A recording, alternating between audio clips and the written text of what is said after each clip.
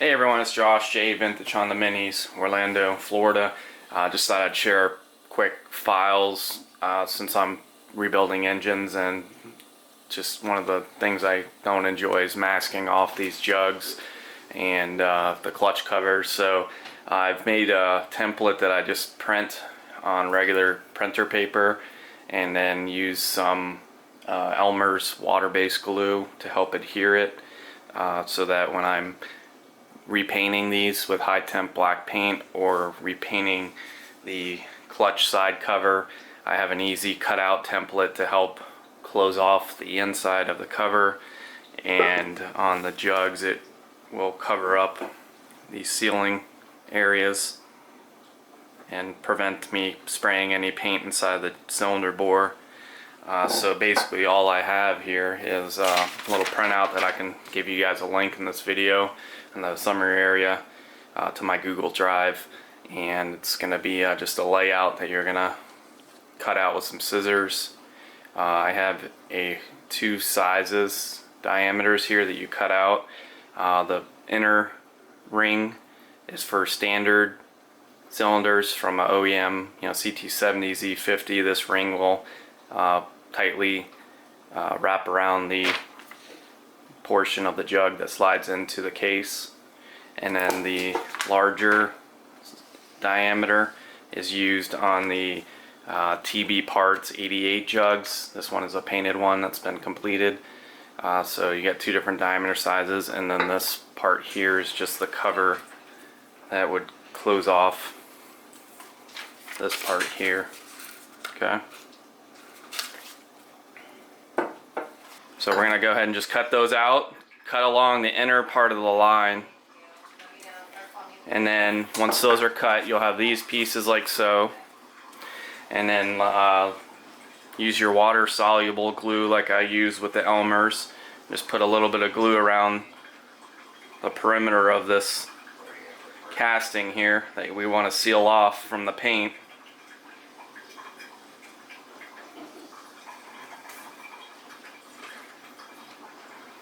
And then just go ahead and drop your paper over it.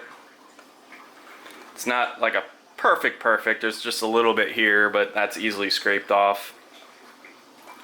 I made one size that fits both the 88 jug and this jug, so they're slightly different, but it's good for our purposes here.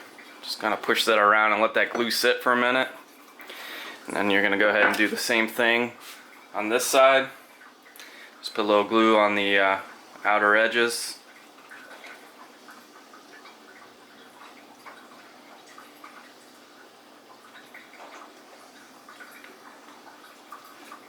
Just enough glue to hold this paper down so that when you're spraying it doesn't lift it up and you get overspray.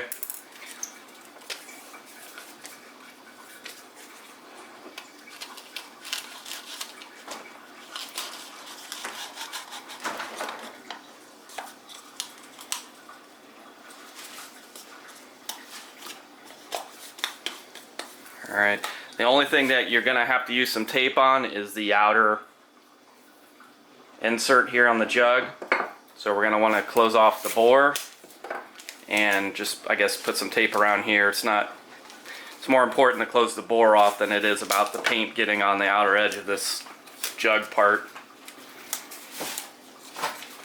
But also make sure you clean this before you put the glue on it with rubbing alcohol or something to remove all the oils. Otherwise that Elmer's glue doesn't stick too great to it. Alright, so that is a jug now that's ready to be painted.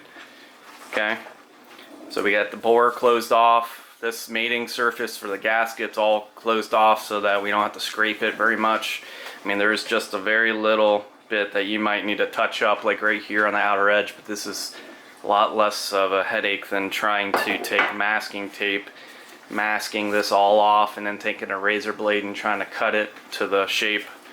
Same thing with this side, and then I made it so we can get all the fins painted on this side, and all the nooks and crannies are still accessible for paint. Okay. This is what finished. This is an 88 TBparts jug with a high temp black paint. This is what it's finished. I go ahead and bake this in a little mini oven that's dedicated to painted parts, not for food. So once the finish is nice and baked on and cooled, very easy to pull your masking back off. And as you can see, we're going to have minimal overspray to clean up. And also, like I said, it's water soluble, so you're going to want to clean this with some soap and water regardless because of the bore. Not everything's always taken out, like the little micro shavings, so you want to make sure that you wash these really good before you even attempt to put them on the engine. So let's see on this side, just go ahead and pull that off. Now I do have a little bit of overspray along the outer perimeter, and I used to have a lot of cleanup, but at this point just take a little bit of a scraper and we'll go ahead and just clean that off.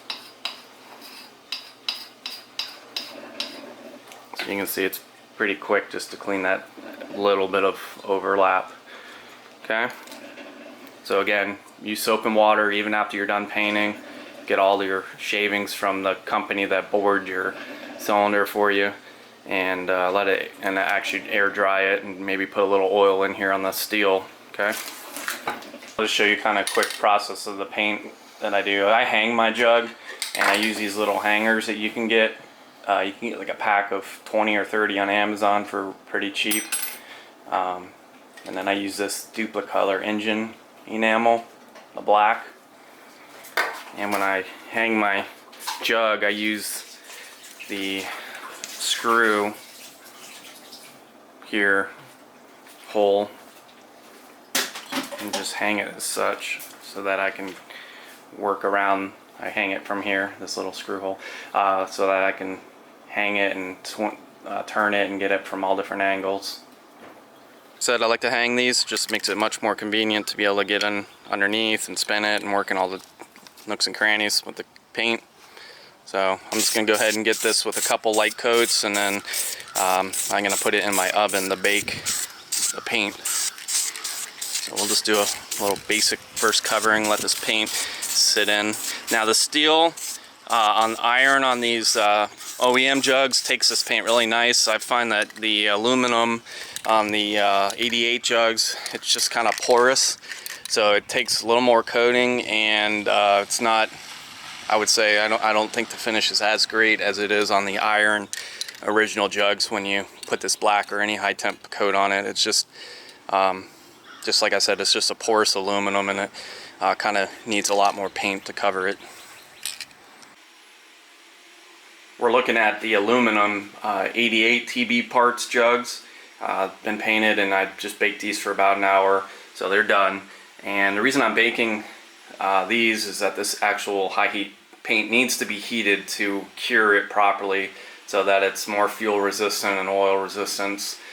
So I'm gonna pre-bake mine, because when I install, rebuild the engine, install the motor, and run the carb, I just want to make sure that I don't have any chances of any oil or gas from the carb leaking on the jug, since it sits right over it and then mucking up the finish. So pre-bake it, get it cured properly, as opposed to just a spray and room temperature cure, which isn't going to be as resistant to the fuel. Alright. Template that I have a printout for you guys for the side covers, CT70H, SL70. This is a clutch cover with the clutch arm. I just reuse this cover because when I rebuild, I get a new zinc coated cover to replace it, so I just use the old cover as the close off so no paint gets back in this area. Put a little paper towel or something in this area, close these two areas off with, you can just put some paper towel in there, and then on the back side is where that template goes, and we're gonna just, you know, dab some glue, Elmer's glue, around this and glue that on. Again, it's water soluble, so it's easy, quick cleanup.